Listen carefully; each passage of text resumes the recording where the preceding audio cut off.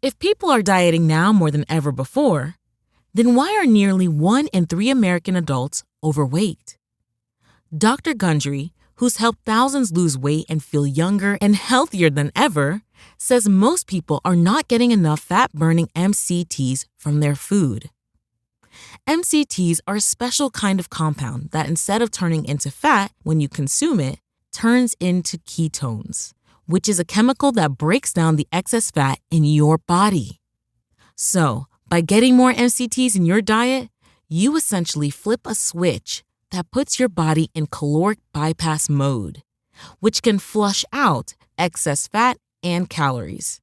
And he's created an easy way for you to activate caloric bypass right at home. It's called MCT Wellness.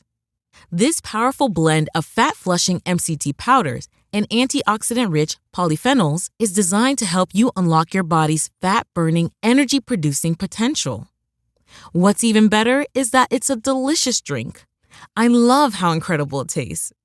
All you do is add a scoop to water, enjoy, and watch as you start feeling slimmer and more energized.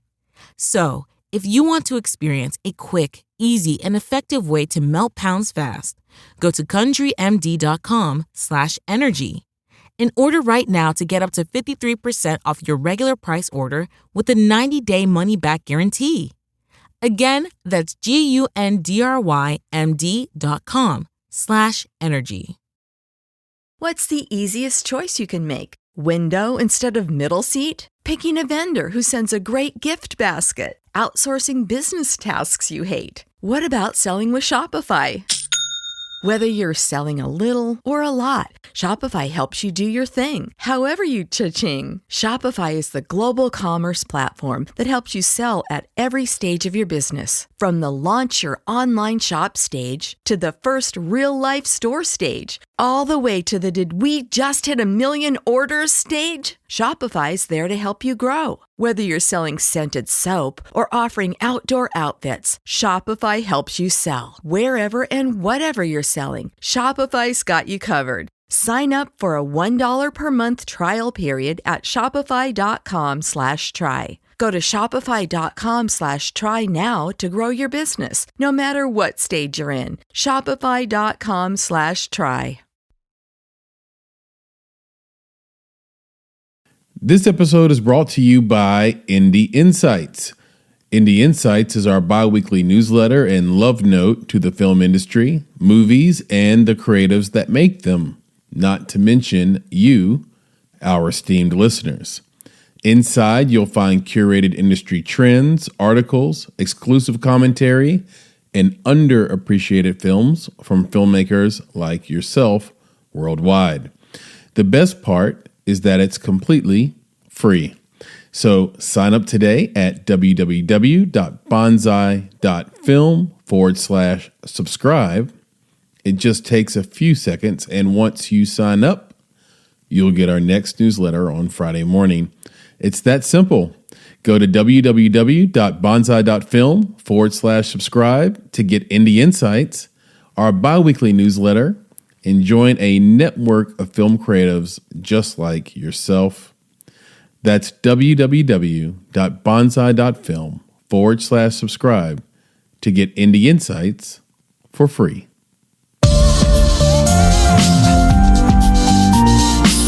You're listening to Make It, the Indie Film Podcast.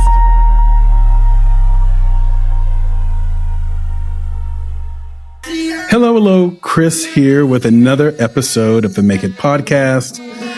And I am here with my good friend, my best friend, my comrade, Nicholas Buggs. Also co-founded this lovely company, Bonsai Creative. I wanted to make this extra long with additional pregnant pauses, which I know he loves.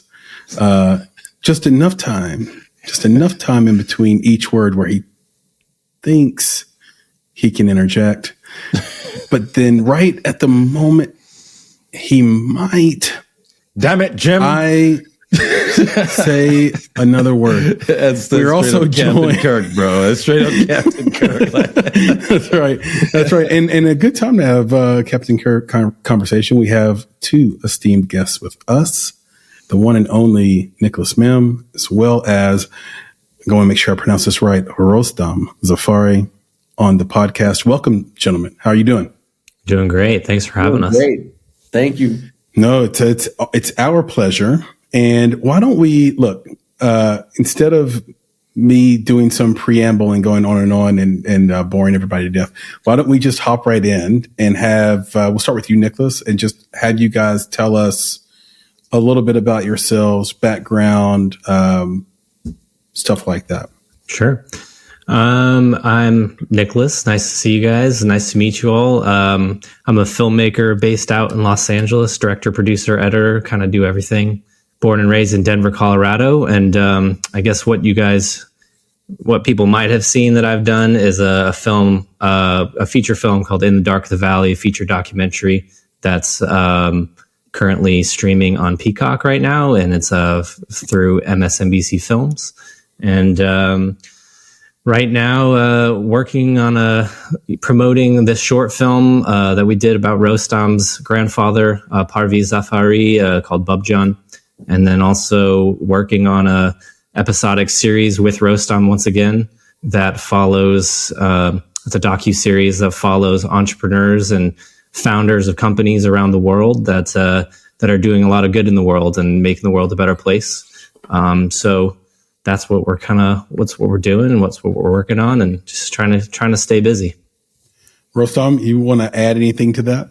I mean, I think to add to that, some of the work that we did this past year was with the writer Brandon Stanton, who is the founder of Humans in New York, who did the longest series ever for Humans in New York on my grandfather, 54 posts, and the first one that was also in a foreign language. So he did that not only in English but in Persian. So we were really grateful for that, and also building of a human rights park in Atlanta called Mihm Park with a 20-foot statue of Cyrus the Great that is reflective of all these Persian ideals and values that my grandfather speaks of. So those are two recent projects that we're also proud to have been a part of. Nick, I know you have a ton of questions for Nicholas and Rostam, and so I just want to shoot these off real quick. I think they're kind of small, potentially small. I guess they could be longer answers, but I think these are small questions that I just want to get a better understanding of where you guys come from. One, how did you guys meet? And then after that, how did you guys decide you wanted to continue on this creative journey together, or have you decided that? Like, are you guys always going to work together going forward? Yes. A couple of thoughts on that. Yeah, I hope so. Unless one of us screws up really badly and makes a terrible, terrible movie. Rostam and I first met. I was a producer on a feature doc called Helen Believe, about the Olympic wrestler Helen Maroulis. And we were shooting the last bit of that film in Greece, in Lesvos, Greece, at a refugee center. And that's where we met Rostam, and we became fast friends. He was a friend of Helen's, and kind of just we're sharing ideas back and forth. Just kind of realized there was a lot of synergy creatively between the two of us, and between a third party as well. His name is a filmmaker named Dylan Mulick, who's a great friend of ours and creator of the series that I mentioned earlier. And just kind of took it from there. And Rostam approached us about the Bubjan and Bubjan's story and Humans in New York, doing his story. And we kind of just took it from there, and it's just kind of expanded ever since. And it's been great. It's been a great partnership so far. I heard an incredible interview with Brandon Stanton on the Tim Ferriss podcast. And the thing I took from him as an individual, and this is the guy who started and does Humans of New York, is that he just tries things and just doesn't, he's fearless. And you know, he's very intelligent. So you get that right away. You get that he's smart and he's way ahead of his time. At the time he got interviewed, he was in his early 20s. I think to me, he came off like a 35-year-old, like he was on it. I mean, there were moments where you could hear the youth in some of the sort of naivete of his, amazing life so far, and how things would go. But in general, I just thought, oh my God, this guy can do anything in the world he wants to do. He's unstoppable. And it reminded me of guerrilla filmmaking. It reminded me of independent filmmakers and how we have a bit of delusion that tends to work out as long as we have good taste and we make good decisions. So I am curious, did you guys notice that from him? Is that what attracted, is that part of the attraction there? And did you guys have common ground on taste? Meaning, like, did you guys find that you like the same films, et cetera, same style?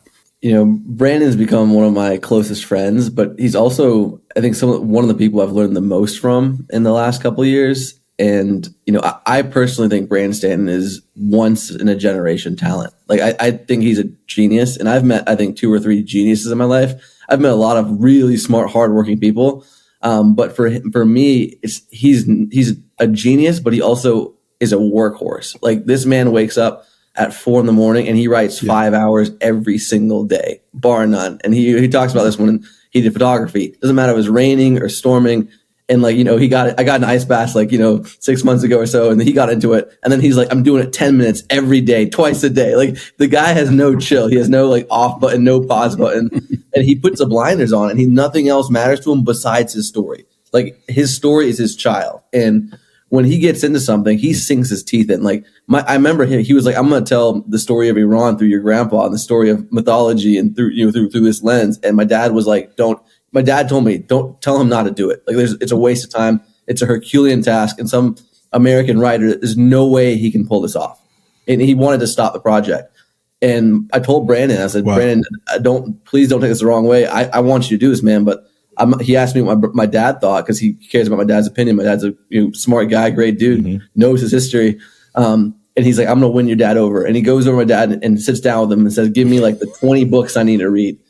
And my dad's like, yeah, here's the 20 books. Wow. The guy comes back in 3 weeks, read them all, and is debating point to point, Iranian politics and parliament in like 78 with my dad. And my dad comes to me later and goes, Rostam, you should be ashamed of yourself. He knows more about Iran's history than you do, and more than 99% of Iranians. And I was honored. I mean, it took me off guard, but I have never seen someone win my dad over in a month. It's taken me 27 years, and it's just a pleasure to work with someone who has that kind of love and passion for his work, because it's not just a job for him. It's his life. It's his identity. And that's contagious, and it pushes everyone around him to work harder. That is so cool. He knows the right question to ask. That's what's amazing. He knew really which question to ask. It's like from my perspective as a person in documentaries, like, I thought I was a pretty good interviewer. I feel like I can hold my own with anybody in the interview chair, right? And then I saw Brandon do it, and my confidence was just shot. I was like, oh my God. Like, he is so thoughtful and in the moment, and is, he's very prepared, obviously, going in, but it doesn't seem like he's ever reading off a list of questions. It's just a conversation. It feels very natural to him. But it's so thoughtful, and yeah, it's so deep, and he really can break through a lot of barriers, and make people feel vulnerable, I think. And, I'm just sitting behind the scenes, like, listening to these interviews. I'm like, oh my gosh, I am so new to this. And such a novice compared to him. So it was really great to see that type of storytelling, just like on another level. It was really amazing. I think you guys will love this, because he likes throwing surprises out during the middle. Like, he just freestyles a little bit, and he'll ask the same question 10 times back to back. And, me and my dad and my grandpa, like, he just asked the same question 10 times, but the 11th times he asked it cracks open the conversation to something entirely new. And then he'll surprise you. He'll be asking me to ask the question. And then it's an interesting look at my grandpa and say, look at your grandson and tell him what he means to you. Tell him what you wish he knows when you're gone. And he'll do the same thing with my grandma. He'll say, tell your wife what she means to you. And my grandpa was like, I had never looked at my wife in 63 years of being married, and just because that was in that generation, they didn't talk about vulnerability that way. And so at the end of this whole process, I remember my grandpa coming up to Brandon and saying, thank you, because you helped me to look at my life in a way I've never looked at it before and explore really painful moments that I had never gone back to, that were so painful I never went back there. And I feel like I know myself better than I ever have. And to hear my grandfather, who's the wisest man I know, say that with that sense of humility, really, like, it says a lot about what Brandon can do in unraveling those layers of personhood in someone.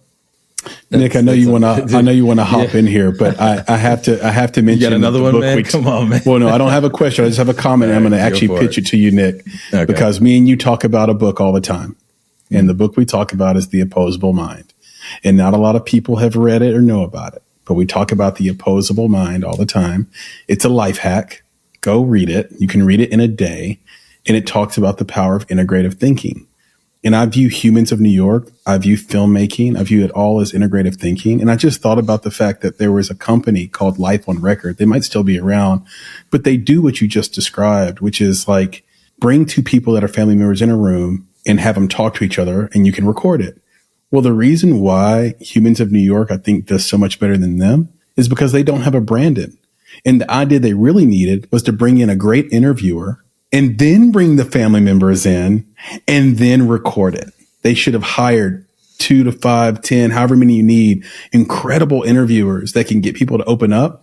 And then those can be some of the most powerful things recorded in someone's family tree. Like, it's huge. So Nick, I don't know if you have any comments on that or thoughts on that, but I couldn't resist bringing up The Opposable Mind and the idea of sometimes you have an idea that's good and you were one step away from making it great because you did integrate another thing. Yeah, well, I think that's near and dear to my heart. My father-in-law has tons and tons of stories. It's awesome, and I think he's gotten accustomed to me. When he comes over, I go over to his house. He's gotten accustomed to me putting my phone in between us, because right there on that phone is that voice recorder. And I just hit the record button. I'm just like, I got to capture that.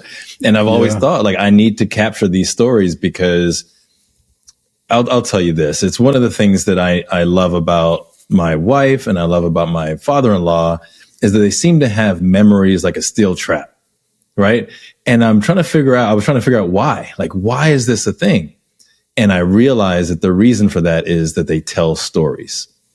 They tell the same story maybe 1,000 times to different people, and they emote, they feel, they can smell what was cooking at the time that this thing happened, right? They remember how they felt. They remember the weather. They remember all of this stuff.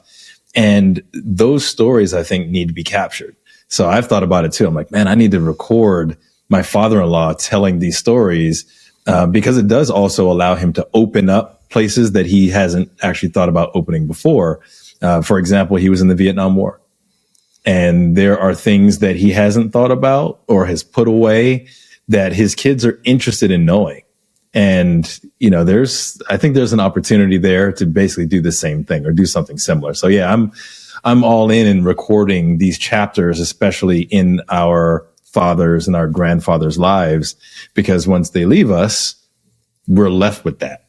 Right. And you can't beat that. So I love the idea of all of that.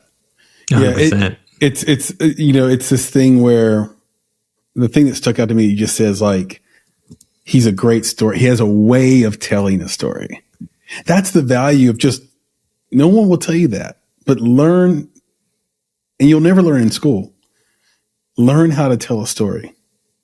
Now, Nicholas, you've learned how to tell stories through the camera and through the script. But I think in general, just speaking to someone, it's the one human thing that we do that's universal. I mean, we're storytellers, and I think, there's this, do you guys know who like Charlemagne the God is? Like the radio host? Yeah, I know who he is. Yeah. So Charlemagne always says this thing, why believe the truth when the lie is more entertaining? And he uses it as a critique against internet culture. But the thing that's within that, the thing that's inside that is people want to be told a story. And if the truth is told to you in a fact, like a statement, but the lie is told to you as tea, as the kids say, and as like a story, then they will believe the story because the story is more human. Isn't that wild? So it's powerful. Nick doesn't care if his, what you say, your father-in-law, you don't care. Yeah. You don't care if he's lying. You're just there for the story. You're just there for the story. Yeah. And you don't care. Funny. He could be lying. Yeah. Because I'm a fat guy. It's very short and sweet and to the point. Like, that's just how I've always been. Right. Like, it just is what it is. It's like, when my wife, I could be on the phone with you, Chris, right? Yeah. And, Chris tells me, oh yeah, Nick, my son, he hurt himself. Right. And my wife is kind of hearing this. So then she'll be like, so Booby, what happened? Oh yeah, Cam hurt his ankle. But how did it happen? Like, where was he? Like, what? I was like, I didn't ask all those questions. Yeah, like, that's a good point. Why am I exactly like? Why I'm not? I just that's it. But if she were to tell the story, man, it would have been like, it was a rainy day. It was a Thursday, and I remember it was a Thursday because we were cooking chili on that day. And remember, my mom called. I'm like, really? Like, all these details, but all those details. Those are the smells. Those are the tastes. Those are the feels, right? That's all the stuff that makes the story worthwhile, whether it's the truth or a lie. So yeah, I need to get better at that myself. I'll tell you the truth. I'll tell you this. I think from our project and Rostam, it's kind of a lesson I've learned from Rostam and like things that he's said in Q&As and such is that I've kind of taken to heart. Was this project kind of inspired the both of us to ask those questions to our family that maybe we didn't before, and ever since we've kind of wrapped up production and stuff. Like, I've started asking my mom about her mom who passed away a few years ago, and trying to get stories from Indonesia where she's from, and kind of being more curious about that, and then also asking my grandma here in the States. Just recently, just like, hey, where did you work? What were your jobs when you were a teenager, when you were in your early 20s? And so, as I will say, I got that from Rostam and just his relationship with his grandfather, and wanting to know more about like kind of where we came from and where my sister and I came from, and so it's been an enlightening process, and I'm pretty grateful for it. I want to do this audience a solid, Nick, and feel like we've been talking about Humans of New York and Brandon Stanton, and their audience members are like, what are these guys talking about? Now, to us, we couldn't imagine it, right? It's too popular. But there are audience members out there that are going to be like, what's this all about? So, Rostam, if you can just share how you met Brandon, what is Humans of New York, and the story of your grandfather, and how it all happened and led up to the short film that's coming out. Did it already come out at the end of the 2023, or is it? So it's gone through the festival circuit a bit. It premiered at DC Docs in Washington DC, and played at a couple smaller festivals, and then also as well as Doc NYC in New York. And then we've got some screenings at like Big Sky coming up in Montana, which is we're really excited for. Sweet. I hope you'll submit it to the Nashville Film Festival. It's Oscar qualifying film festival in certain categories, so I hope you'll do that too. Okay, so back to you, Rostam. Like, tell us, get this audience up to speed from the beginning. What is Humans of New York? Who is your grandfather? Why? And how did you meet Brandon, and how did you all connect this into a film? Yeah, happy to. So if you asked me when I was 13 or 14, who is your favorite artist in the world? If you asked people in my class, they would have said, I don't know, Drake or Kanye West. I would have told you Brandon Stanton, because I was obsessed with his art since I was a kid, because I loved like humanitarian kinds of projects in general, and work that spoke to that greater commonality. And it's probably because of the way, our grandparents raised all his grandkids, not me, but the things he talked about, and his art seemed to reflect that. I mean, I remember seeing this picture of as a construction worker with one arm holding something on his blog, and his question was like, "What are your problems? Tell me about your problems." And his answer was, "No problems." Right. And it's just like, you got these snapshots into how other people lived, and it broke down all sorts of stereotypes and all sorts, and it just got to like the real heart of what holds us all together. Right. And so, when I became, 24, 25, like I was always looking, hey, is there anyone I can reach out to? And then someone mentioned I met him, or I have his email, and they connected us, and then I sent him an email, and I was so excited, and never heard back. And then 6 months later, I just thought, hey, you know what? I never heard back. I'm just going to swing at it again. And I did. And funny enough, he said, let's jump on a Zoom call. And we jumped on a Zoom call. And outside New York, he has a place in Georgia, which is where I lived, and it was 10 minutes from my house. And so we went out for a steak dinner one night and spent 3 or 4 hours talking. And told him, told him what his art meant to me, and we chatted. And he had been to Iran and had done a really cool story there of the people, right, and showing them, hey, these are not their government. Don't mistake Iranian people for this Islamic republic that's holding them hostage. And I thought that was a great service. And so people who've done that, like Anthony Bourdain himself, are people who mean a lot to me. I think their art means a lot to the Iranian people in the community.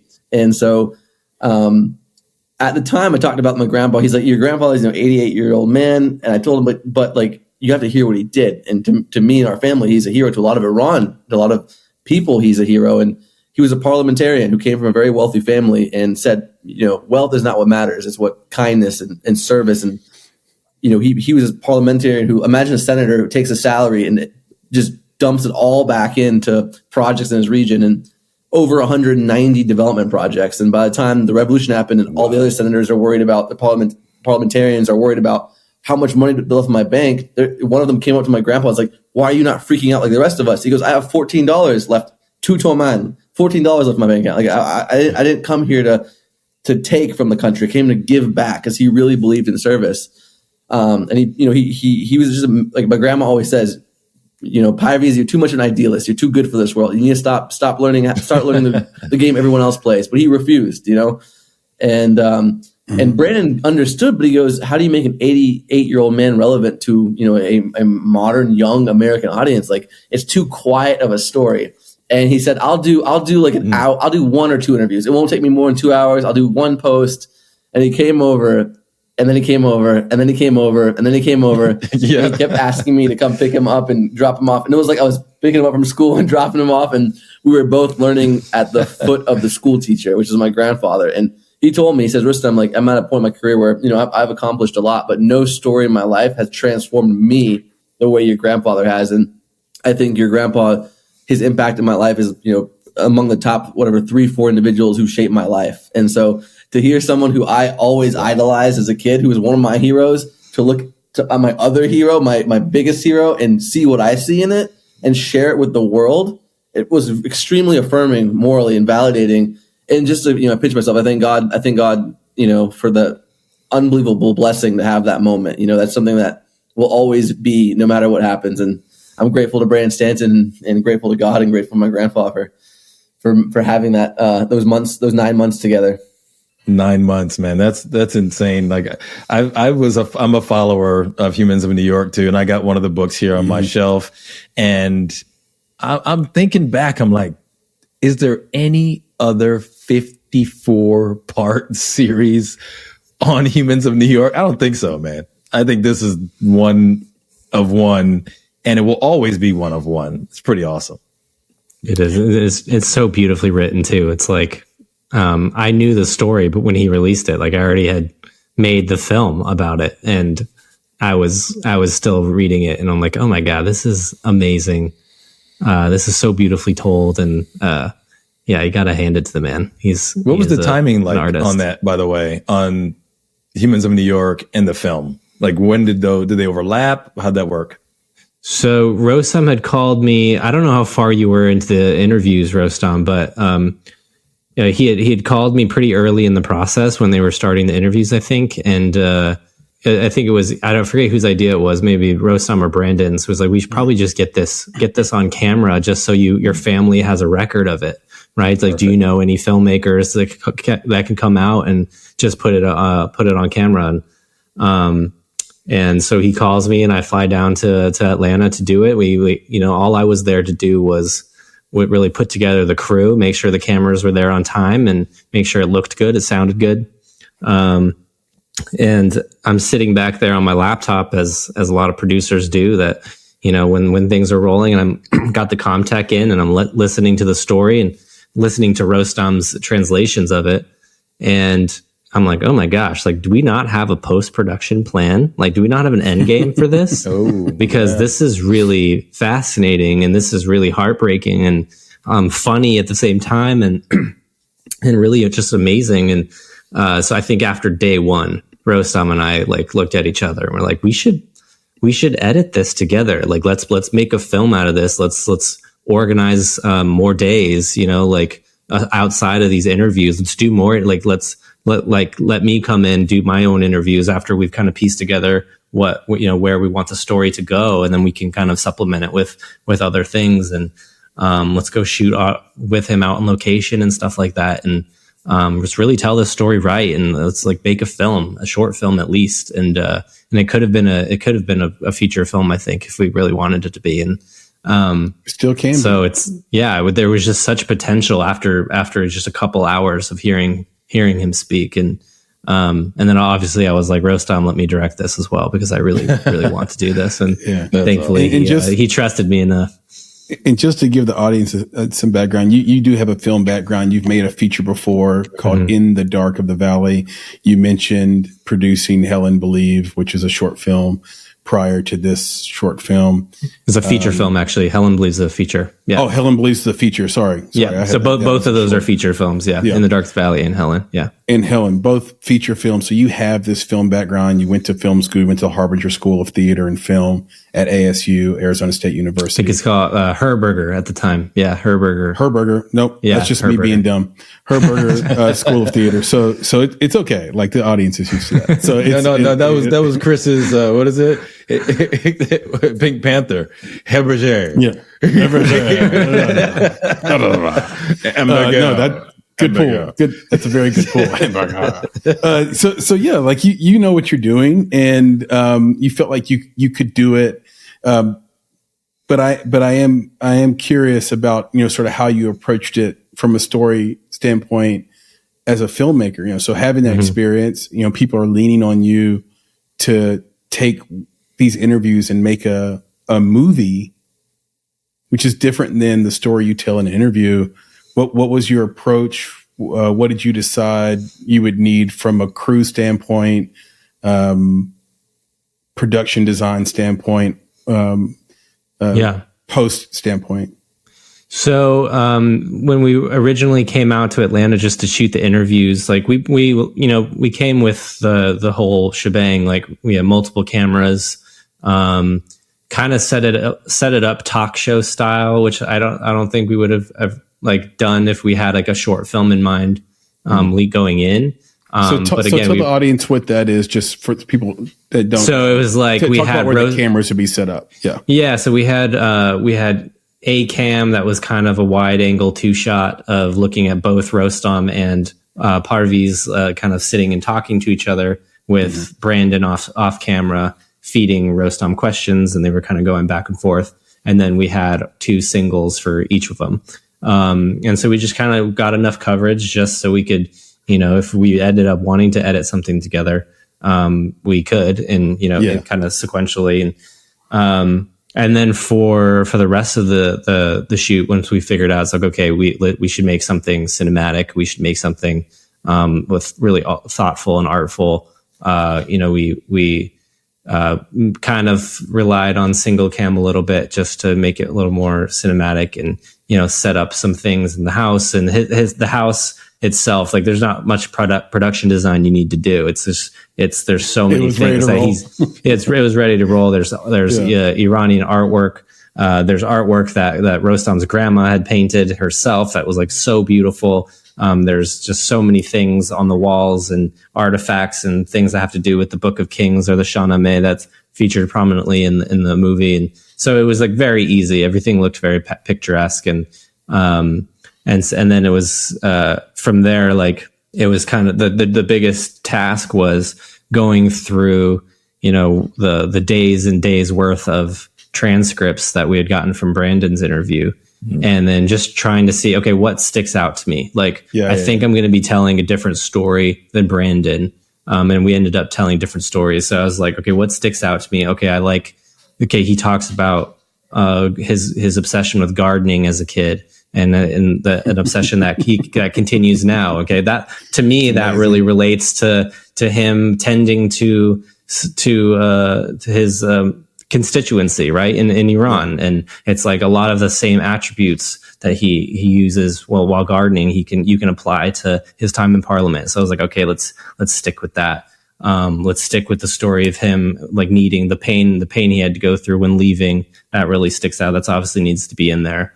And then he talks a lot about legacy or nom, and so that's something that really resonated with me, and it was just it was kind of a puzzle, like just to kind of piece those together, and it took a long time, but and then after we kind of had our through line and where we wanted to take it, we came back and got all the other stuff that we needed to get, and so it was a mixture of two trips that were months and months apart, but.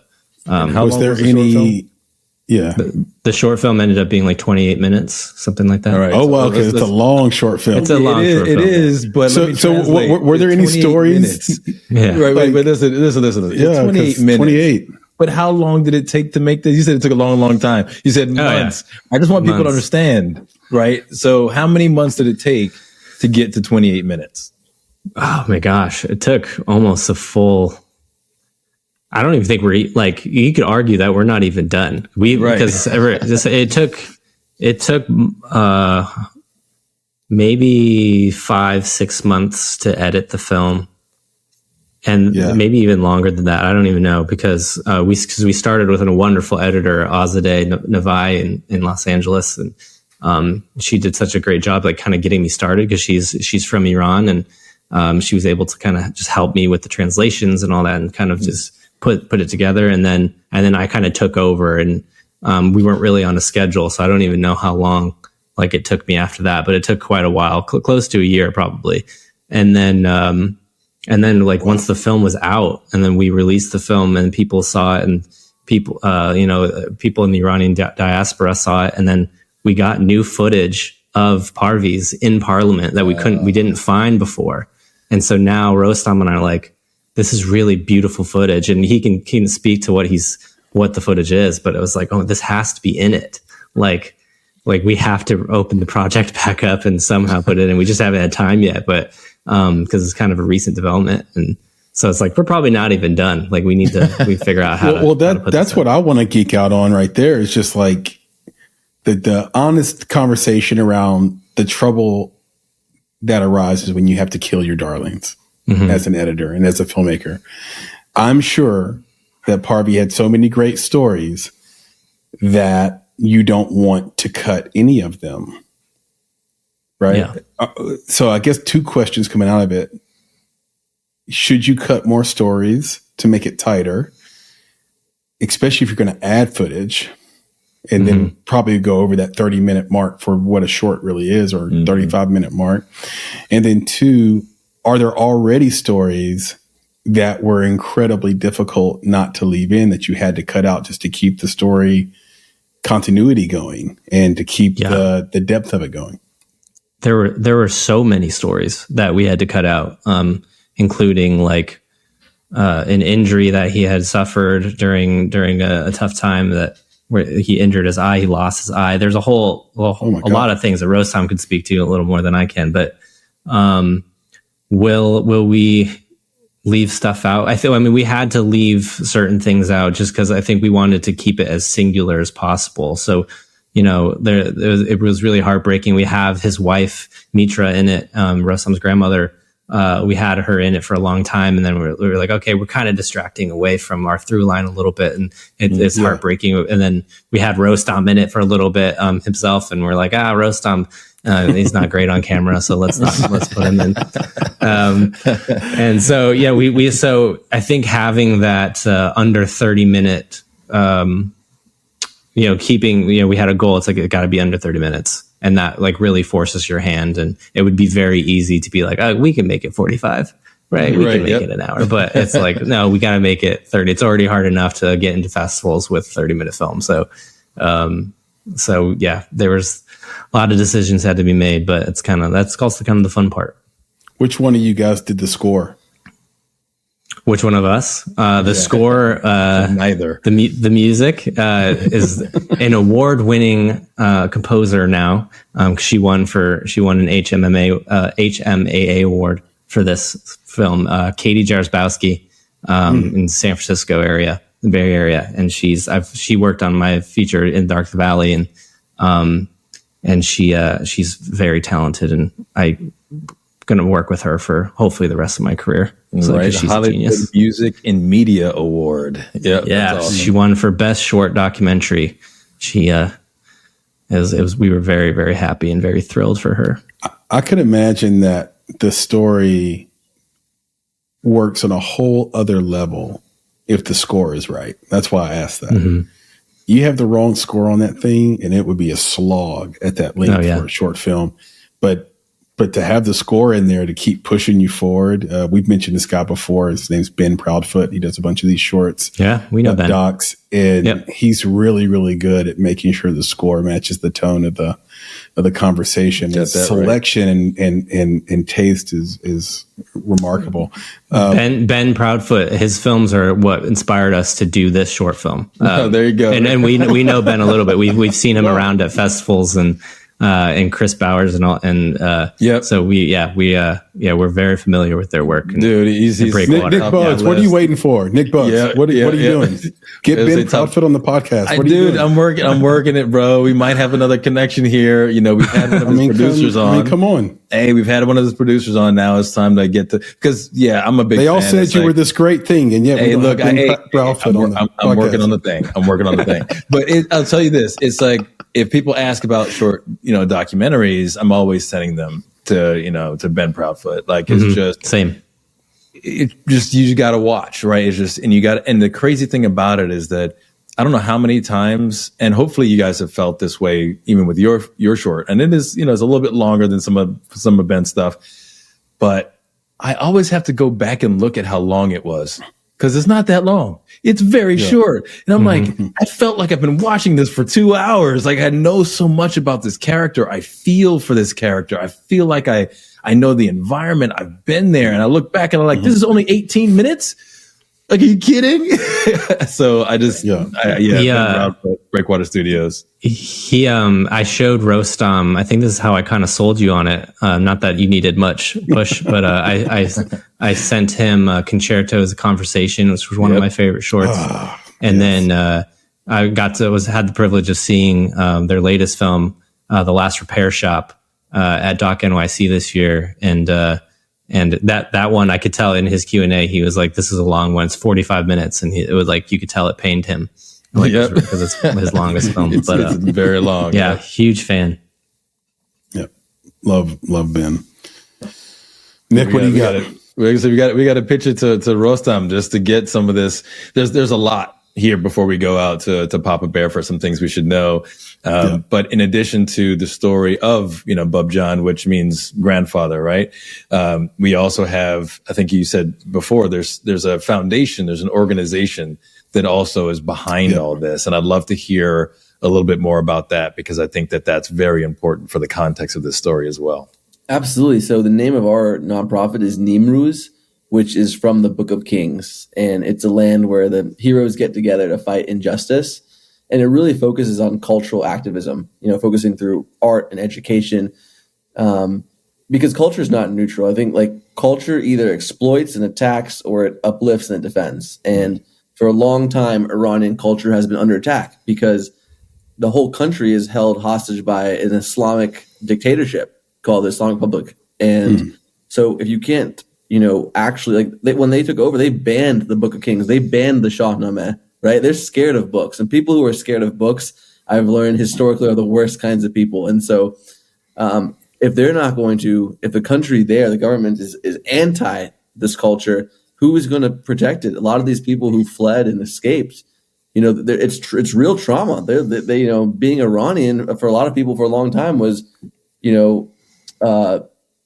a target on their back. They didn't want people to judge them or mock them. And, you have in the U.S., you had, this look towards all Middle Eastern people as the other. And I want us to take our dignity back, to stand up tall, to walk proud. We come from a rich heritage, a civilization that's, over 3,500 years old, with some of the greatest philosophers, artists, musicians, poets. We've contributed so much to the global pantheon, and yet that's been kind of lost. And so I think that before we can take our country back, we have to take our culture back and our values back. And those values are things that we find in Persian history and in our poetry and the Book of Kings. And so Nimruz is a dedication to that. It's cultural activism. It's talking about art. It's supporting education. It's supporting aid. So the work we've done, whether it's been supporting refugee camps in Lesbos, Greece, where Iranians who've fled to Afghanistan are now fleeing from Afghanistan, largely women and kids who are facing the threat of the Taliban, for example, or whether it's supporting the building of schools within Iran through a partner nonprofit, or whether it's talking about the Shahnameh, the Book of Kings, and getting it mainstream. And so, like, we work with an artist right now, and I could show you this, who sends me. He's doing pop-up books, and he's like, "Hey, I'm teaching the kids, American kids in third grade in Brooklyn, about the Book of Kings." And there's third graders, and they're drawing all these pictures of our phoenix, of our heroes, right? Of Zal and Rudabe and Bubjan and Rostam. And he's so excited, this artist. He goes, "This school in Brooklyn taught my Book of Kings to their students. Look at the wall. These are third grade illustrations from the book. They all know about our heroes, and they're obsessed with the Seymour. These are all American kids," right? That, to me, is truly the work of culture. Yeah. It's not screaming in a silo to the 10 people who already understand what our culture is. It's really taking that to the people and really uniting us. Because I think nothing will unite us the way culture can unite us. And that's true for any people. And I think what the Iranian American community is doing is what any community should do. And that culture is not something to say, "Hey, we're better than anyone else." It's saying, "Hey, we're just like you, and here's the things that you celebrate like us, and how can we grow together and tap into that deeper humanity?" And so that's what my grandpa spent his life doing. And I'm hoping that's what I started this with my cousin, my oldest cousin, and I hope that we can help, and all his grandkids can continue the legacy of the man we know to be the truest hero for us and for a lot of other people who know him.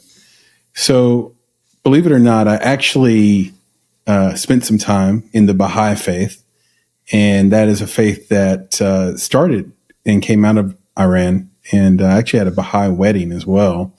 And I sort of learned about this division that exists between Persians and Arabs. So can you explain to the audience what that division is or isn't, and what the fight is about, and how through sort of your work with the nonprofit, you hope to sort of overcome that within, sort of your, Iran's own space, if it can be overcome? Well, I think the question you asked, there's more to it, because the Baha'i faith is a form of Islam that's a minority within Iran that's been under attack by the Islamic Republic, just the way other religions are, like Judaism or Christianity or people who have no faith. So Baha'is are targeted, and they're completely abused within the Islamic Republic of Iran.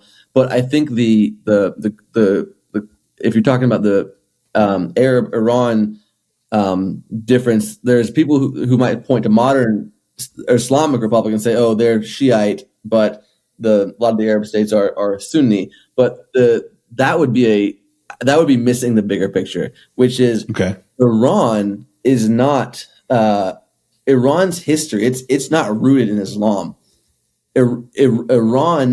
Islam was forced on Iran 1,400 years ago by Arab invaders and conquerors who brought it with a sword and said, "People who don't speak Arabic, we're going to cut out your tongues," and made Arabic the language of the courts and suppressed. And that's why you see so much of Iranian culture came up in the underground. Like if you look at Zurkhune, which is the word for the gyms, they do all these trainings with these movements, and they do it with poetry, and they keep their culture alive. And those are all kind of warrior training movements. Like there was this whole underground scene, and that's why the oral tradition was passed down. These epic poems are tales to remind ourselves who we were. And so the Book of Kings, which was written by Ferdowsi in about 1,000 years ago, and more than that, about 1,000 or so AD, captured the pre-Islamic history and mythology and philosophy of Iran, because Iran's first religion, the first monotheistic religion in the world, was called Zoroastrianism, and it came out of Iran, and that was, let's say, 1,000 years before Cyrus the Great. So that is the root that Iranians now are going back to, which is a national identity, saying, "Hey, you don't force us into a religion. Don't focus into a box. We are a nation. We are a country, and we want to celebrate that plurality, whether it's sexual preference, whether it's faith, whether it's, whatever it is. And I think that is the misconception that a lot of people have. They think Iran Muslim, whereas that's not the case. Iranian people have a history that they go back to their Persian roots and their Persian identity and their pre-Islamic. And that's why I think so much of the work in culture is in education is harmful, because they pull in Persian history and Iranian history and they call it Islamic history or Islamic studies. That's like calling, let's say Western history, Christian history. Like you couldn't just whitewash it in that sense. And so that's what we're reawakening people to and helping educate them and saying, hey, and they're not against each other, but I'm against any culture or any group that says only our way, because that's not freedom. And Iran in the old days was referred to as Azadegan, the land of the free, right? And so I think freedom is one of those ideals and virtues that we have to really say, this is a red line for us. We are not willing to ever give this up as a part of our identity. Man, that is huge, man. I did not know that. I did not even know that saying existed. And I think people view Iran as a sort of a monolithic place, maybe even Middle Easterns as a monolithic place that has this one ideal. And I love the work you're doing because it shows it, how can I say this? It identifies and aims to sort of separate Iranian people, but maybe all the Middle Eastern people from this oneism that that benefits Western politicians sometimes and benefits Western power sometimes, to say that's the enemy or they're like this, and you miss out on all this rich history. And by the way, I think there are some Christian organizations that would conflate Western history with Christian history incorrectly. And I think, sort of bucking back against that is great too. We should bring in producer Papa Bear. Producer Papa Bear, let's bring in producer Papa Bear for this edition, the latest edition of Things We Should Know. Oh God. Guaranteed to be something we don't know, guaranteed to make us all look foolish. Except for Nicholas and Rostam. Because they should know it. And they will probably because they're the ones who should know it. So as you can tell, I'm putting additional pressure. And our aim is to educate. We want to educate our audience. While educating me and Nick. That's right. Yeah. Actually, I have Rostam and Nicholas already know it. Yeah, I have two tonight. Okay. One for Nicholas and one for Rostam. But I mean, we're all going to answer it. Okay. You're all welcome to pitch in, but one, flavored for each person. All right. For Nicholas's area, we've been talking about documentaries. So who first coined the term documentary and in what year? Get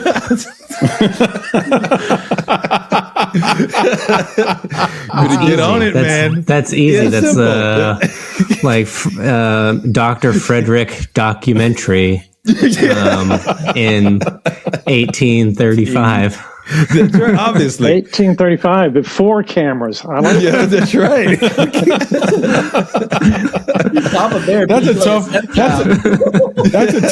That's a tough one, producer Papa Bear, because that's not necessarily a Nicholas Mihm specific question.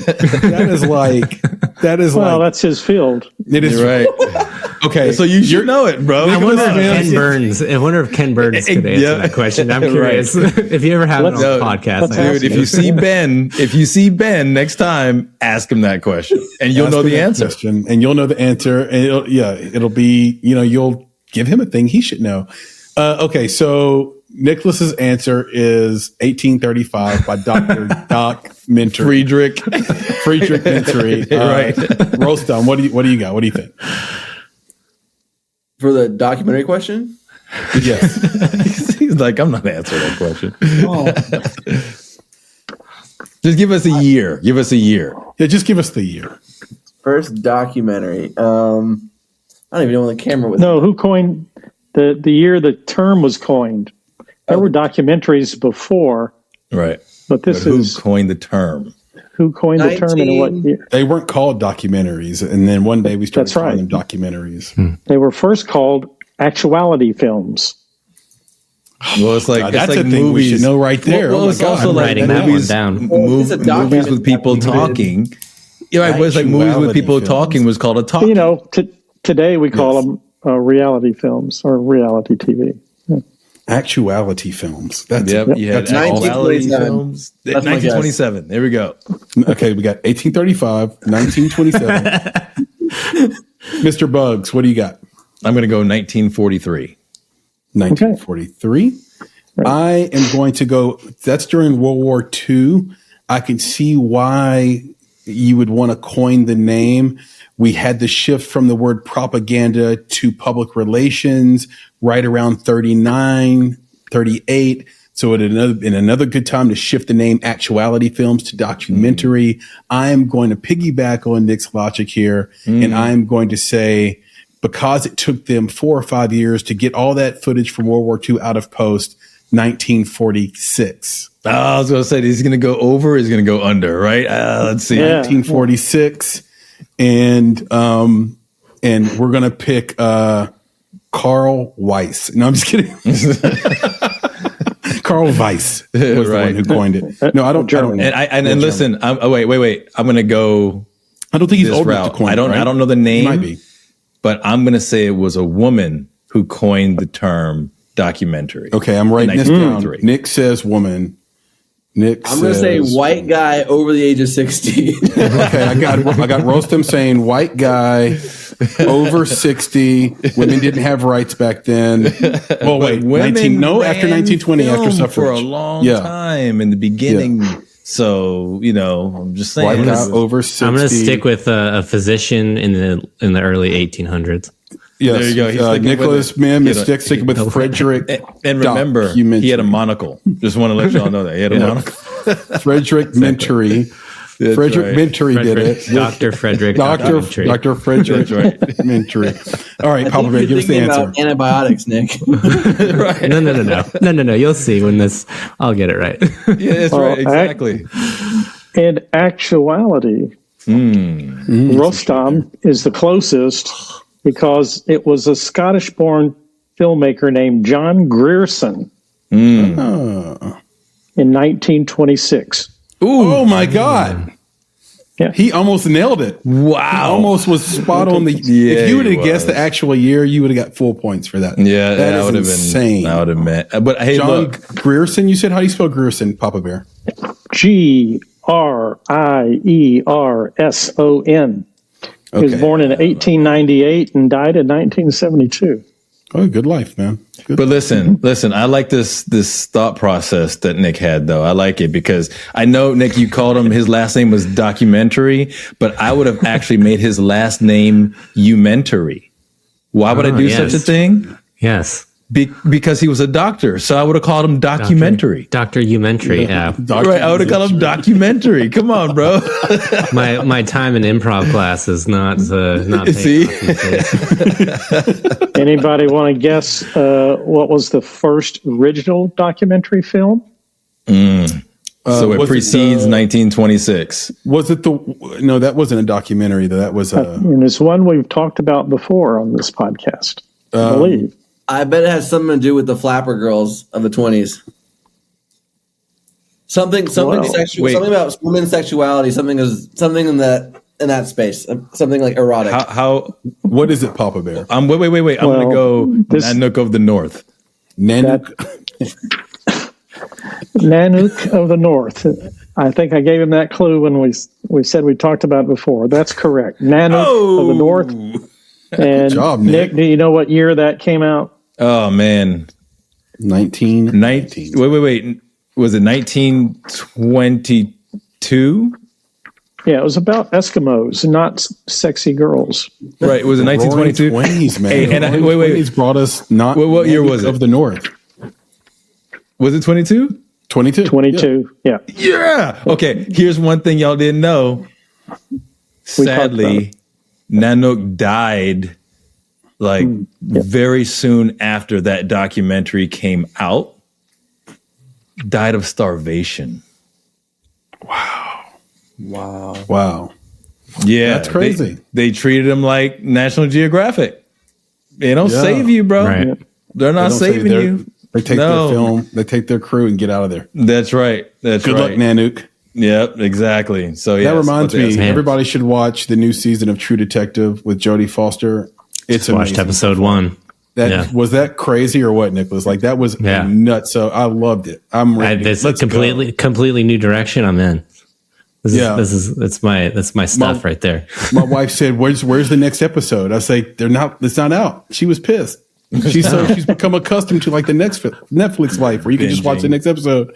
I was like, "Not here, man. They're making us wait," and rightfully so. Okay, Papa Bear. Question 2 for Rostam. This is one he should know. Well, You should. Right. what was the first ethnographic documentary which depicted the lifestyle of Iranian nomads? And what year was it made or produced? Oh man! Wow. I didn't know this film existed. Yeah, me neither. Right. Well, you should, because Wait, listen.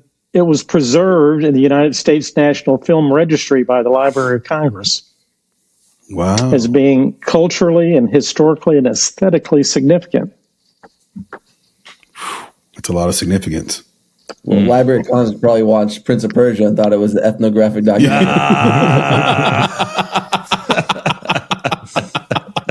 Well done. Yeah, well played, sir. Well played. But I will say this is probably significant because when they were doing not only documentary films but narrative features, the portrayal of the Middle East was way off. Right. There was this imagination of what it looked like and what people look like. Like they didn't never go there. They're like, this is what we think it looks like. And that documentary probably flipped filmmakers and the industry upside down because it was like, nah, this is what it for real looks like. And they're like, y'all don't know what y'all doing. You're going to have to redo the sets. You're going to have to tear that stuff down because it's not legit. So, yeah, I'm sure it has some significance in the film industry alone. Okay, so Papa Bear, this is a name. We need a name and a year, right? Well, Name and a year. Rostam is going to go for the year because you don't know the name. I'm just going year as well. I'm going to go. The year is 19. When was the when? Oh God, let's see. I'm going to go 1959. Papa Bear, did you say ethnographic study of Iran? Documentary which depicted the lifestyle of Iranian nomads, and in what year was it produced? Okay. Chris, I think... I'll tell you. Is it more modern then? I'll give you a little descriptor. The team of Ernest Shodsock and Marion Cooper accompanied a Bakhtiari tribe with 50,000 fellows and numerous livestock on their 6-day cooch across the raging river and over the highest peak of the Zagros Mountains in hope of finding green grazing fields. I'm going to guess it's slightly newer. And I'm going to guess like 1975. I think that's a really good guess. I think I went too old as well. I think it's more modern. Could you get away with that as a more... I just think that it would be harder to take a crew there like earlier in the history of filmmaking, right? Like it'd be maybe harder to make that movie. Well, when you say crew there, when I listen to the names of the people, the filmmakers, are they even from here? No, they're not from U.S., but I'm saying that it would be, to me, it would be, I don't know, it'd be harder to document. The cameras would be heavier. Everything would be bigger. Like, you know what I mean? Yeah. You're thinking of Babylon. Yeah. The movie Babylon. Babylon is so good. So all right, yeah, this one's got me because it's the same thing. Like it's a historical precedent. It's a huge kind of shift in the zeitgeist around the Iranian people. I don't know. It's hard. I don't know. All right, we'll let it's Rostam. Throw your date Rostam, out there, and then we'll let Papa Bear. And then we'll let Papa Bear drop the real truth on us. I don't know. My guess would be 1970. The reason is before Reza Shah, it was called Persia. So the fact that it's Iran tells us, it's Reza Shah or Mohammad Reza Shah. I think Reza Shah was too busy fighting off the Cossacks and the Russians and the English and all these things. Mohammad Reza Shah invested a lot of time expanding and showing Iran's culture to the world. The largest celebration of all time was the 25th 100th anniversary of the Achaemenid dynasty. So I think it sounds like something he would want to do, but I don't know. So 1970 is my final answer. Okay. The film was called The Grass. Well, that's on the nose. Yep. 1925. Oh my God! Look at that. Our instincts are brutal on this. I knew that there was because it was in the Library culture. of Congress. It shifted things, but I don't know. I would have gone that soon after Nanook of the North. Wow! Shout out to Warren Harding. Yeah, shout out to Warren Harding, because all these great movies are happening during his administration. And all he does is get shit on by everybody in the public eye. He's considered one of the worst presidents of all time. Shout out to Warren Harding, the filmmaker's president. Remember, he's on the East Coast. Back then. This was a silent film, and the two producers were the same ones that made the King Kong. Later made King Kong. Later made King Kong. All right, so I'm good. I'm glad they got their paycheck, man. Wait! Wait! They lost money on the grass. I got something for you. Something for you on that. They definitely made it all back with King Kong. Y'all got to ask Brandon if he knows the answer to that question. We will ask him. Probably. Yeah. By the way, the cool thing with the two things that you mentioned the Zagros and the Bakhtiari tribe. So the Zagros Mountains are actually where the first trace of beer in the world was discovered. And the Bakhtiari tribe is famous for they have these Bakhtiari rugs. No, so he's breaking as they up. travel, I want to know this. they weave rugs, and so their rugs actually tell the journey of their people, which to me is a really beautiful image for what culture does. It's a tapestry, and they do that as they journey. So that's a pretty fun fact about Bakhtiaris. I think that's awesome, and it makes me think about all these giant palaces that are up and around Europe, and every room sort of depicts a different place, and how to have been considered royalty and to be cultured meant that you sent your kings and your princes and your courts to other countries, and you took some of their culture and brought it back to your palace. And if you guys, anybody that's been to Europe or gets to go through Europe, you'll see as you go into the palaces, not the cathedrals, but the palaces, you'll see a lot of Iranian culture, Persian culture, Middle Eastern culture, Asian culture inside the palace, because it was what you couldn't do or get if you were a commoner. So, people from the beginning of time have borrowed from the culture and sort of wowed at some of the things those cultures create.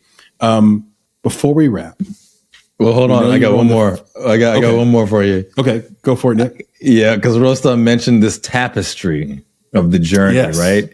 And made me think of something. I'm like, yo, I made a tapestry of my childhood on this wall behind me. You sure did. You sure did. I'm like, I never thought about it like that. Like, what? Like, that's when you talk about it like that, me, bro. That's me right there. When you talk about it. When you talk about it like that, Nick, you remind me of Robin Williams from that Photograph movie, where he was like the dude developing all the photographs, and it was really sad at the end because he was telling you the meaning of a photograph. Right, yeah. And I'm just seeing your childhood on the wall. I want to shed a tear. But Rostam doesn't want to shed a tear. He's excited about this, man. Like he dropped this in my head. Yeah. No, the way you put it right there was very beautiful, Nick. And I appreciate you sharing that with the world on this very podcast. Yeah. Thank you. Yeah. Look at all the things that warmed your heart, and things that you wore, and things that broke your heart. It's all on your wall in the form of a Lego tapestry. That's right. I love these conversations, man. Like, it's so reveal. You get to reveal so much of yourself in these discussions. That's what's so great about it. Yeah, it is. It is true. And Papa Bear, thank you so much for these always illuminating and always very difficult questions and answers that make us smarter every day. And before we wrap, I do want to I know you guys run the festival run together with your short film. Am I pronouncing this right? Bubjan? Is that how you pronounce it? Pronounce it Bubjan. Better? Bubjan. Yeah. So just almost just how it sounds. So Bubjan, that's Bubjan, and look for it at a festival near you. I do want to just ask, what is next for you guys after this? Any ideas on the horizon? Anything you guys are considering making, feature wise or otherwise? The Bubjan is still going to continue festivals. Its next screening is in at Big Sky in Montana, Big Sky Documentary Film Festival, which we're really excited about. What part of Montana is that in? It's in Missoula. Okay. And so it's a festival I've always wanted to go to, and been man, you're gonna love Montana. Really if you excited. Haven't been before. Yeah. Unfortunately, I can't go because we'll be shooting this show that Rostam and I are producing together, and about entrepreneurship and entrepreneurship with a mission, a positive mission in the world.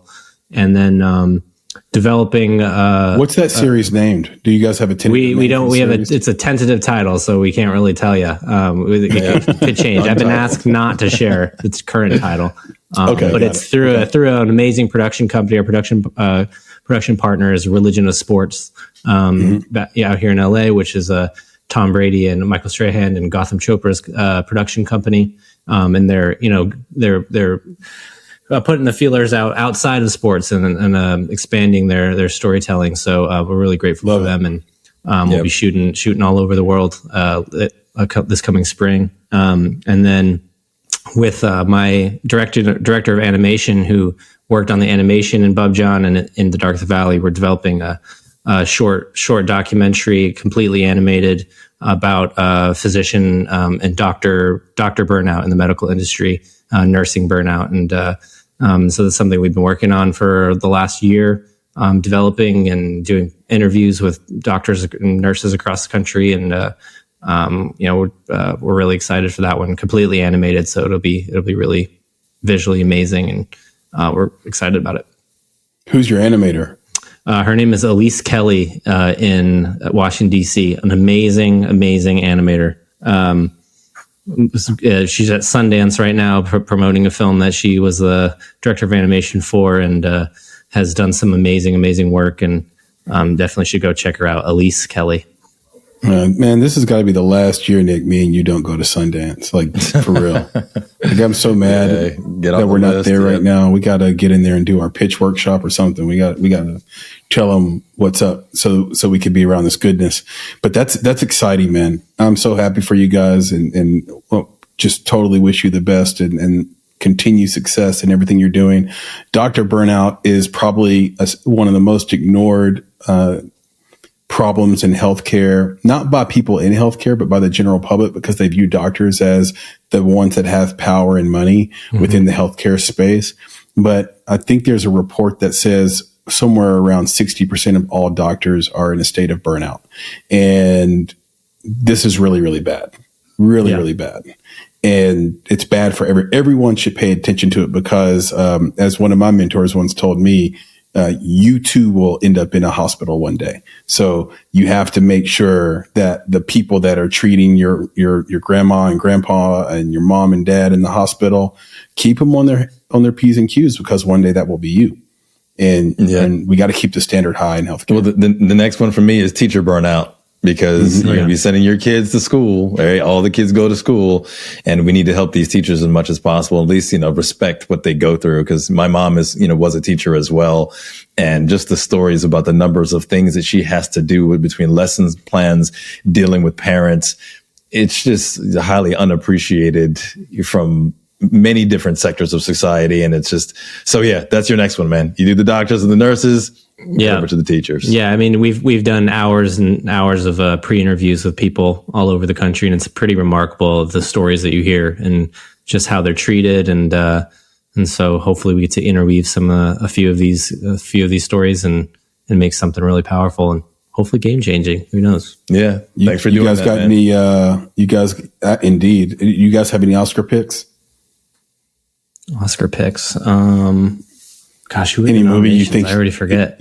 Yeah. Well, I don't even know what the noms are, but is there a movie that sticks out in your mind as the best thing you saw in 23 or early 24? I'm a huge Oppenheimer fan, so I think, or Chris Nolan fan, so I think Oppenheimer is pretty good. With Barbie, I watched so many movies this year that were so good. I just saw, was it Poor Things the other day, and American Fiction was probably one of my favorite movies of the last while. Probably. I think American Fiction might be up there for me. Actually, I think that was the thing I love about American Fiction is that it's just a movie, man. It's just a movie. Like, it's so good. You get a sense that they could have made that for $1 million. Like if they didn't have to pay Jeffrey Wright, they have an amazing cast in it, but you know that I think it was made for 10 or 15. You have to know that 80% of that was just the cast. Mm-hmm. Cause the movie, it's just a movie. And I just love the fact that they do it all through smart writing and great performances. Yeah, it's really wonderful. What do you got? What's the best movie you saw last year? Hands down, The Boy and the Heron. Yes, I haven't animated. seen that yet. Yeah, I love animated films. I loved working with Elise on Bubjan, and we're working on a few other projects together. I just think it's an incredible platform that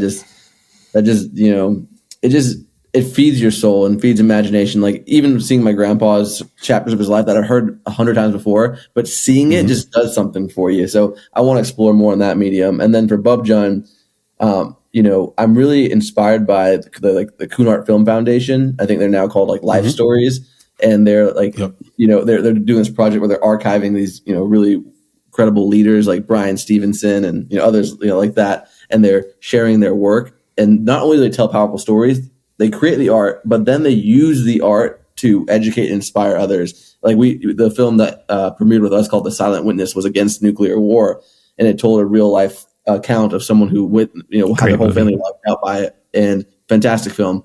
And but then they have a guide, which whether it's middle school or high school or college, can use this and adapt it and then teach their students. So art, creating beautiful art is important, no doubt. But actually using that and getting into people's homes and hearts that's a huge challenge too. And oftentimes we leave that on the table. So I haven't, that's something I'm really excited about with Bubjan, which is how do we tell that? And then there's, of the 30 hours of interviews, we've only used 5-10 minutes in the film. So I want to splice the rest up and create a short series that people can watch to go deeper into the culture and to have more questions. So I just want to, keep going back to that. There was so much richness in it. And find ways to educate and inspire young people, both Iranian and non-Iranian, through that. So that's my goal, at least. Yeah, inspire, educate, and if you happen to entertain on the way, that's icing. That's a cherry on top. So I think it all comes back to culture in the end, right? Yes. For me, there's two. There's culture, there's Iranian culture for sure, but the things I love about Iranian culture are things like equality, freedom, justice, standing up for people, which is those same values apply to physician burnout, to teacher burnout, to whatever you do.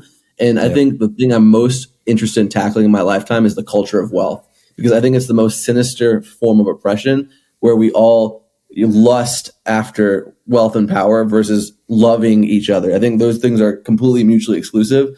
And one of my mentors said once to me that the economy is a subsect of society. Society is not a subsect of the economy. And what we have, the problems we face, and we're talking about, both in the foundation series, both in the physical physicians of burnout, both in Bubjan, is what happens when a society becomes held hostage by values that love power and wealth more than they love people. And so that's what I think art needs to negotiate, interrogate, and provide a moral imagination for how we can be better. Yeah, well, he see, Chris, he just dropped that on us, and he completely agree with him. By the way, I know, but we got to stop this conversation, because we could wax poetic on this subject for the next 2 hours, bro. I'm just going to drop it, because you and I, Chris, have had this conversation about just music and I will just say music in the Black community, and it exemplifies everything that you're saying about the things you should not be looking towards as your master, as your God, right? And I think that's what's happening right there in that community. Again, like I said, I could go on a whole conversation about that because, we both completely agree. And if you can have something that I don't want something to balance that out. I want something to burn that out, right? Like if there can be quality art and education that tells you about what the truth and the culture, the human connection is, the human connection doesn't exist in physical things, right? It doesn't exist in this space of separation. It doesn't exist in this space where I am better, or I am greater, or I got this stuff on my own. No, man, we can't survive that way, right? Like Chris alluded to earlier, we're storytellers because that's how we took our traditions. That's how we took our histories. That's how we take our lives and impart that on other people's hearts. So we can't do that if we create music or any kind of other art that separates us from one another. Bro, like I'm saying, like I could keep going. I'm not. It's an amazing point, Nick. And, I have real concern about the Black community, especially the younger folks. It's split down the middle still, just like the old classic Chris Rock joke. So, it's one of these things where you listen to the music, and if the music is really a reflection of, the youth culture coming up, we're in big trouble. We might be over. And I think back as a musician myself, I think back to Runaway by Kanye West, where he had sort of a very, very long vamp where it was all sort of vocoder and the words were unintelligible, but the sound was beautiful. And I think it sort of ushered in this sort of era of feeling where I'm here to feel something, not to learn or hear the words. Like I don't need the words. I don't need to be right. And that wasn't Kanye's intent, I don't believe. But what came right after that was Post Malone and like Drake and all the people who would sing to you and make you feel a certain way within the music. And then you go and read the lyric book and you're like, what are they talking about? Like, this is ridiculous. And now it's gone to a place where the lyrics are so vapid and so repetitive and so every song's the same. Chris, where basically, honestly, labels have seen what's making money and have decided to reproduce that. Yeah, and the new word is, that's a vibe. Yeah, because the beat is hot, but the words are trash, right? It's like, no, you don't have to worry about the words. Like, don't worry about that. It's a vibe, right? You feel that? No, bro. Like, you can go. Go read a book. We're in the age of the vibe and the whole thing of like gives me feels of. And I think there's a space for it, but it shouldn't be the dominant culture. And I always go back to what the artist Sia said, which is, pop music is just indoctrination. So you have to sort of get beneath that. And I always thought that was incredible for her to say, since she is a pop artist. But there's a reason she doesn't show her face. It's because they wouldn't let her, because she wasn't pretty enough. She didn't fit the indoctrination. So to go a level below and find music that really speaks to you, because those artists are out there. Nicholas, can you tell us where we can find you on social media, on the internet, where we can absorb and consume some of you guys' work or your work? Let the people know. Yeah. I'm not that huge on social media, but you can find me on Instagram. I think it's n_mimsy. And then, nicholasmim.com is where you can see the rest of my stuff and get info about the other movies. Beautiful. Rostam? Yeah, it's at Rostam Zafari, first name, last name. But more importantly, at Nimruz, NIMRUZ official. That's where you can find what we're doing there. And just one note on what you guys mentioned on music is one of the projects we're doing right now is with one of Iran's top rappers. And he raps about what's happening in human rights and politics. Like it's such a higher level than like what you would expect. And he's training the next generation within Iran. And so this album is like 14 different people from different parts of the country. And I think that's how we can all be part of this kind of cultural warfare and putting out the art. And just, I'm really excited when I see examples of that bridge building happening, because you talk about, young Black people, they need to look up to older Black artists who've got it right. They need those mentors. Same is true with Iranians, right? And so, sorry, I was really inspired by what y'all were just talking about, and it really fired me up, because I love it, and I think music is such an incredible way to do that. I'm here for the Iranian immortal technique. Like, if we can get that, let's do it. Yeah. I'm down for that 100%. And like Nick said, we could talk about it for hours. Yeah. So what that tells me is we definitely need to do a round 2. Yep. But I'm just going to spell some of this out for the audience, by the way, Rostam, so they have it. So it's ROSTAMZAFARI for social and for Googling and all that stuff. And then if you can spell out the foundation, it's a NIMA. Can you spell it out for everybody? Yep. Or Nimruz, sorry. It's at NIMRUZ official. That's the social handle. Is there a website? Yep. Oh yeah, it's Nimruz.org is the .org website. Sorry. Got it. So you got Nimruz official and then Nimruz.org as the two places to find and support, right? That's and right. Is the best way to support money, or is it? I think sharing the story that we've put out there, sharing our social media. I mean, if someone is able to support, we'd love the help. But I think right. watching the film, going to the screenings like that, that's what means. Tell your friends about it. That's what means a lot to us. All right, you know what to do, folks. NIMRUZOFFICIAL. That's Nimruz official on Instagram. Go to nimruz.org. Again, NIMRUZ.org. Go support with your time, energy, and of course, your dollars. If you can do it, if you can't, just like Rostam said, share it, send it to a friend, forward the link, do your thing. And in terms of us, the Make It podcast, you can find us wherever great podcasts are listened to. That includes Apple Podcasts, Spotify. We have a somewhat new but awesome and wonderful YouTube page. All you have to do to find us there is search for the Make It podcast, and we'll come right up. If you want to get in touch with Nick, you can email him. Brave man. Nick at bonsai.film. That's BONSAI.FILM. Some people will put bonsaifilm.com. No, bonsai. It's bonsai.film. And I know we're messing with you with that, but we thought it was clever and we're sticking to it. You can reach out to me on X at Flame in Your Heart. Your is spelled UR, but you can also find me just by searching for my name, Chris Barkley, and I will come right up. I will answer, and Nick will answer 100% of those responses and comments. So do reach out to us there. You can find us on social media on Instagram and on the aforementioned X at _Make It Podcast. And so do reach out to us there. We also have a handle at _Bonsai Creative. Although that handle isn't long for the world, but you can find us there still and leave us comments and DMs as well. We're on Facebook at The Make It Podcast. So if you search for us at The Make It Podcast, we will come right up on that as well. Nick has a new Reddit, and we are taking all sorts of questions these days on Reddit. It's been really wonderful. Nick, can you share your Reddit? Yeah, it's so easy. It's just Nicholas Bugs. That's it. Actually, it's my name. Like I'm not Wizard 72 at whatever. Just Nicholas Bugs. You can find me there.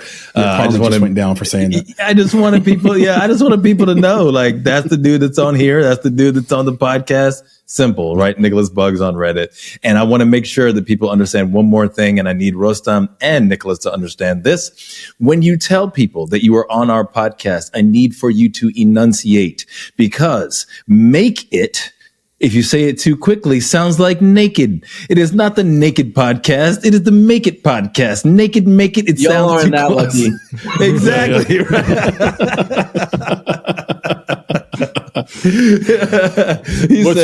What's funny, no Nick, is the reverse of that, which is where they thought they were joining the Make It Podcast, and then they find out they were joining the Naked Podcast. Exactly right. We are undressed. We're completely naked when they join the podcast. It's like, we think we joined the wrong podcast. It's like, this is Make It, right? No, right.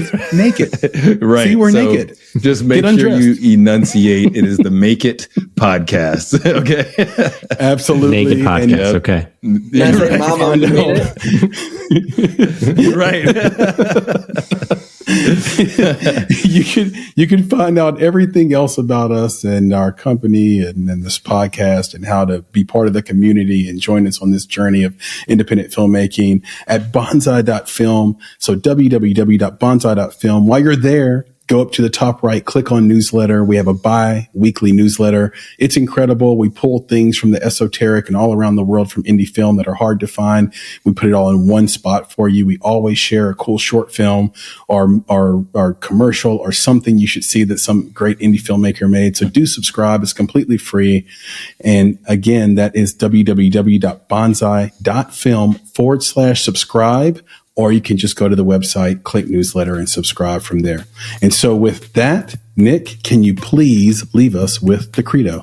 Man, this is what I do at the end of all these conversations that we have with these wonderful filmmakers. And, I don't want to leave Rostam out. I say filmmakers. He points to Nicholas like he's the filmmaker. Bro, you're a filmmaker now. You got to accept it, right? You're part of Bubjan. That's part of your legacy. You are a filmmaker too. So for our friends, our fans, our fellow filmmakers out there, be better, be creative, be engaged. And thank you for listening. Nick, talk to you soon. Yes, sir. Nicholas, we'll do it again. Rostam, thank you, brothers. Appreciate you. Talk to you guys soon, all right? Yep. Y'all. Thanks so much. Thanks, guys. Peace, everybody.